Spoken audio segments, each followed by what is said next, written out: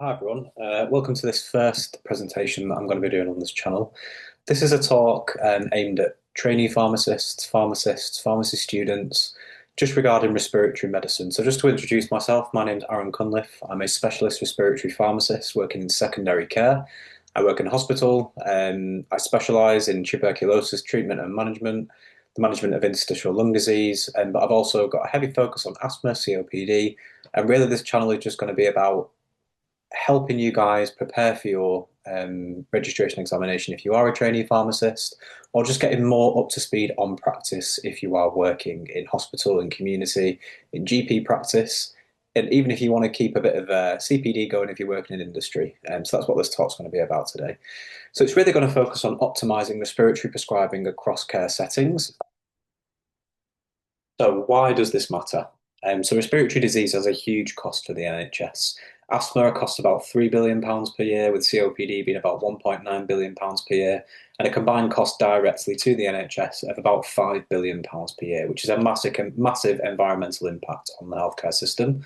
And it equates to about £4.3 billion of lost productivity per year due to illness, with COPD being the second largest cause of hospital admissions, which is again a massive cost for the NHS and also leading to increased death rates. There's also significant prescribing variation across the country.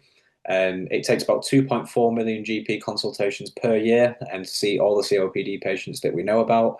And then winter pressures also come along in primary care and secondary care, only increasing the amounts of these. And of the people that sort of use inhalers to treat these conditions, inhaler misuse is very, very common. So we know that about 70 to 90% of people are estimated to have poor inhaler technique. And this is based on different studies that we've done. So a big range of people that can't actually use their inhalers. And it's also part of the NHS long-term plan. So respiratory disease, COPD, asthma, pneumonia, and lung cancer all in, looking at those to help to improve earlier diagnosis, increase or better management, pulmonary rehab accessibility, increasing that, reducing exacerbations, and also reducing hospital admissions. So the best inhaler is the one that the patient can use. So unfortunately, these all come on together. But the example that I really want to show you is the thing that I really want to show you, sorry, is how we can sort of test our inhaler technique with our patients. So we can use either placebo devices, which are available from the manufacturers, or we can use devices like the InCheck dial on the left there. If no one's seen this before, it's sort of plastic tube and it has a sort of ring around where the mouthpiece is at the bottom with different symbols that sort of align to this diagram in the middle, which are sort of mapping to different amounts of inspiratory pressure that are required for different inhalers.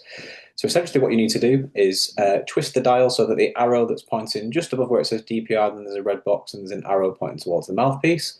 You twist that arrow to the different symbol that matches that in the diagram. So you see the different colours, so purple, light blue, orange. Match the colour to the one in the diagram, which also maps to a symbol, depending on the inhaler device that you want to test.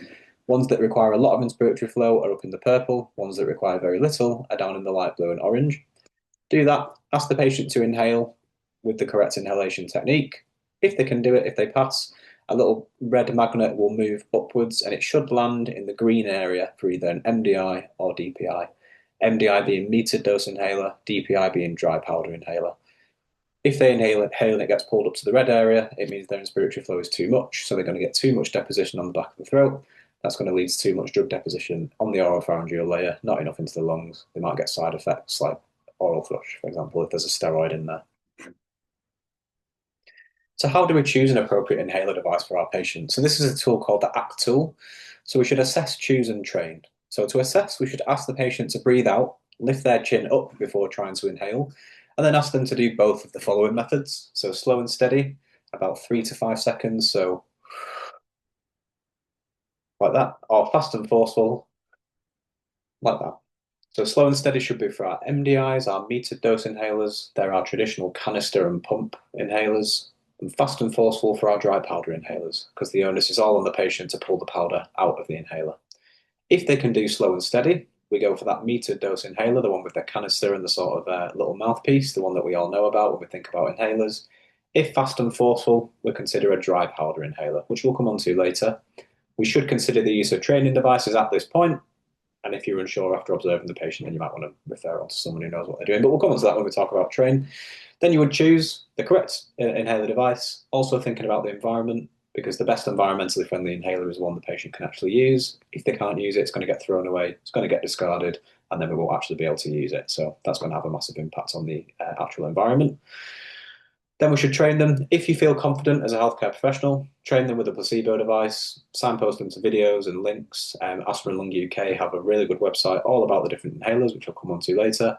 If you're not confident, refer them to those videos, but to somebody who is. I'll move out of the way. Healthcare professional who is actually competent in doing that. So, in terms of the correct inhaler device, try and avoid prescribing inhalers generically for a couple of reasons. There are pharmacokinetic reasons. So, some inhalers have microfine particles, which affects the amount of drug that's actually delivered into the lungs. But also, some inhalers change colour depending on which brand that you prescribe. So, try and prescribe brand specific inhalers. So, if I'm going to prescribe, say, beclomethasone formoterol, I would prescribe it, say, Foster or Bibecvo or Lifabec, any of the brands that are available that I want to use. Patients will often say, if you say, which inhaler do you use in the morning, they'll be like, my pink one, my grey one, my blue one. Hopefully not blue one for asthma, which we'll come on to later. Pink one, grey one, blue one, green one, whatever, make sure you prescribe by brand so they're familiar with the inhaler device that they've actually got. And there's a massive association between healthcare resource use and at least one critical inhaler error. So you can see on the graph there, hospital admissions, 47% more likely if you don't use the inhaler properly. ED visits, 62% more likely. Antimicrobial courses 50% more likely, and steroid courses 54% more likely, which are quite shocking figures, really. These are spacer devices, so we use these with our MDIs, and they sort of hold the medication like a reservoir within the actual chamber. It's the preferred method in children, especially with a mask, but we can also use it in adults because it removes the need for coordination of puffing the actual inhaler. So these are only for our metered dose inhalers. Removes the need for coordination of puffing and breathing in. So the patient can just puff, only one puff at a time into the spacer device. Breathe slowly, do 5 tidal breaths per puff, turn away, breathe out, and then repeat the second puff if needed. They should replace the spacer every about 6 to 12 months and then clean it once per month maximum because it can help build up static if they do clean it more often. And that static is going to lead to drugs sticking to the outside of the chamber. So if you're ever seeing someone in practice and you see a really caked up chamber, looks really manky, get it thrown away, get it replaced so that they get maximum drug delivery and decreased risk of breathing in any particles that might be, say, microbial in nature. They should use just sort of warm water and washing up liquid and leave it to air dry. Don't go rubbing it with a towel because, again, static electricity will build up. Just leave it to air dry. But we do have the flow view, which you can see the top right there. That one has anti-static technology. So that tends to be my go-to in practice and what I would recommend to other people to go for as well. So the 7 steps to correct inhaler technique, I would always counsel every patient on these 7 steps, and everyone should be aware of them. There are leaflets available from different societies, and I know a lot of respiratory nurse specialists and doctors will often counsel people on this. This can be done in community, in hospital, in GP, anywhere, always the same 7 steps. So number 1, preparation. Check the dose counter, make sure that there's enough left in there. Give it a shake if it's a metered dose inhaler or a suspension. Dry powder doesn't need that, but if it does need shaking, give it a shake. Prime it, open the device, take the cap off if needed, and prime it before the first use. So this is where a lot of people will fall down. They won't prime the inhaler. So the inhaler, say if it's an MDI, might need 2 puffs, might need 3 puffs. Always check the summary product characteristics for the inhaler that you're using to see how it needs to be primed. Otherwise, before the patient uses it, they may just get sort of a puff of the actual propellant that's in the canister, or they might get a puff with nothing in it, no drug. So it's not going to have the effect that they want. So make sure it's primed. They should then exhale, so gently away from the mouthpiece, so turning the head to the right or left, breathing out gently, then seal their mouth around the mouthpiece, tilt their chin up so that they get maximum drug delivery into the lungs. If you can imagine your chin, it's kind of like an angle on a 90 degrees. If you tilt that up, that kind of loosens that angle and allows more drug to flow into the lungs. Then do the method that we mentioned earlier, either slow and steady for an MDI or fast and forceful for a DPI. Hold the breath as long as it's comfortable, close the inhaler and repeat the puff if needed. So slow and steady, this is what we do for an MDI. So these are our MDI inhalers. So the ones we most commonly know are our blue inhalers. So when you get this, give it a shake, especially if you've not used it for more than 5 days or it's the first time that you use it. Take the cap off, and then you have to actuate it by pushing the canister in. Check there's no foreign bodies in the mouthpiece, seal the mouth around it, push the canister, and also inhale at the correct time, or use a spacer to remove the need for that coordination. Make sure you sat up straight when you do that. repeat it if you need to. They're very simple to use. We then have our DPIs, so we've got our Symbicort Turbo Haler device. So this one's a little bit different to the MDIs, so essentially that white lid will come straight off. So imagine you're holding it, the white lid will come straight off. The little red part on the bottom, so to prime this, you need to turn it as far as it'll go in one direction, then all the way back again in another direction. You should hear a click on at least one of these turns. Doesn't matter which way you turn it first, but do that. And then repeat that once more, then it's ready to go. There'll be a little dose counter on the inside that will count down. Hold it up flat to the face, make sure you breathe out, and inhale fast and forceful to make sure you're getting that powder out of the inhaler. We've then got the Relvar Ellipta and an Oro Ellipta device. So these are very common now in practice. We tend to use these in the area I work in. So to use this, it's very, very simple. Check the dose counter on the front. They'll always be 30. There's also the Trelegy Ellipta inhaler as well. Essentially, the little coloured lid will move towards the right-hand side. So it will push from the top down to the right-hand side. I should probably do it the other way on the camera. From the top down the right-hand side. That will make the dose counter drop. It releases some powder into a dose chamber. That can be knocked out if needed. So if the patient does want to cheat the system, for example, they can bring that lid down, the dose counter will drop, and they can just tap the powder out gently. A counselling point for that also is they should hold it up flat, not tilt it so the powder doesn't drop out unbeknownst to them, but it can also be cheated. So that's why another device we'll come on to later is a little bit better. When you bring that lid down, there's an air vent. Make sure that you're not covering that vent. Breathe in fast and forceful, get that dose out. They're only ever one puff daily, these devices. So one puff, done, chuck it in a bag, off you go. They're quite good in that sense. We then have the Nextaler. So we've got the Trimbo and the Foster Nextaler. So to use this inhaler, essentially you just need to bring the lid and bring that over to the left-hand side, slightly different to, actually I should switch it on the camera. So pull it over to the left-hand side. The dose counter, however, will not drop until the patient inhales. It will reveal an air vent again. So hold it up flat to the face, fast and forceful. Inhale as fast and forceful as you can. When you do that inhalation, you will then hear a click. If you hear a click, that means the dose has actually been delivered and they've got the correct inspiratory effort. So that has a little bit of a mental effect, I think, on patients, that they actually feel like they're getting that reassurance that the dose has gone into the lungs that they don't have with other inhalers. So I find a lot of people like them. And so that's quite good. And then the final one I want to mention is our Respimat devices. So you should inhale these slow and steady. They need the lowest amount of inspiratory effort out of any of the inhalers, but they are a bit of a pain to prime. When you get them, there's a cartridge, as you can see on the right-hand side, that first image, and the inhaler itself. Per inhaler device, you can use up to 6 of these cartridges before it's deemed to be a bit unsanitary and you need to replace it. So you pop the cartridge in the bottom, slam it on a table, takes quite a bit of force, and then you need to prime it. So you hold it up with the cap closed, turn it, open the lid, which is on top, which is on a little hinge, so it'll open from left to right. It'll reveal a button. Press the big grey button away from you. Keep doing that until you see a cloud, and then once you see a cloud, do it 3 more times. So you have to twist the entire bottom, press the button, twist the entire bottom, press the button, twist the entire bottom, press the button, after you've seen a cloud, and do that until you see a cloud. So unless they do that, you're not actually going to get the drug delivered into the lungs, you're just going to get propellant. You can see on that dose counter on the first inhaler on the left that it's slightly overclocked on the dose counter, so those extra puffs are taken into account before you actually get to use it. But these are excellent devices because they come out as a slow mist, so it doesn't really cause much oropharyngeal deposition. However, they do need a bit of manual dexterity and strength to actually prepare, so keep that in mind. Sorry, there was one more I wanted to mention, and that is very simply the Breezhaler. This is an old school DPI, fast and forceful again. It essentially comes with a blister of capsules, so you take the lid off, open the mouthpiece, pop out one of the blisters which contains the drug, pop it into the dose chamber right in the middle, and then the little blue buttons on the left and right, or yellow depending on the inhaler. Press those both at the same time. 2 little knives will pierce the powder capsule. It'll release the powder into a dose chamber. Inhale fast and forceful. Open it, throw the capsule away, and repeat. The big counselling point, do not take the capsules orally because they're hard plastic and they're not designed actually to be taken orally. So always have that counselling point if you're going to be giving this to people. In terms of the drugs, we've got SABA, so our short-acting beta-2 agonist. Very good at relieving symptoms, things like salbutamol, relaxes the smooth muscle in the airways, reduces breathlessness. It's a reliever, it's a rescue medication. It works quite quickly within about 1 to 5 minutes, but it doesn't actually have any effect on airway inflammation. Some of the adverse effects, you might get a headache, tremor and cramps, and hypokalemia. We can hijack this side effect if we need to. So if you've ever worked in hospital, I'm sure you know we use salbutamol nebulizers at a higher dose of 5 milligram. We would only tend to use 2.5 milligram for anything respiratory.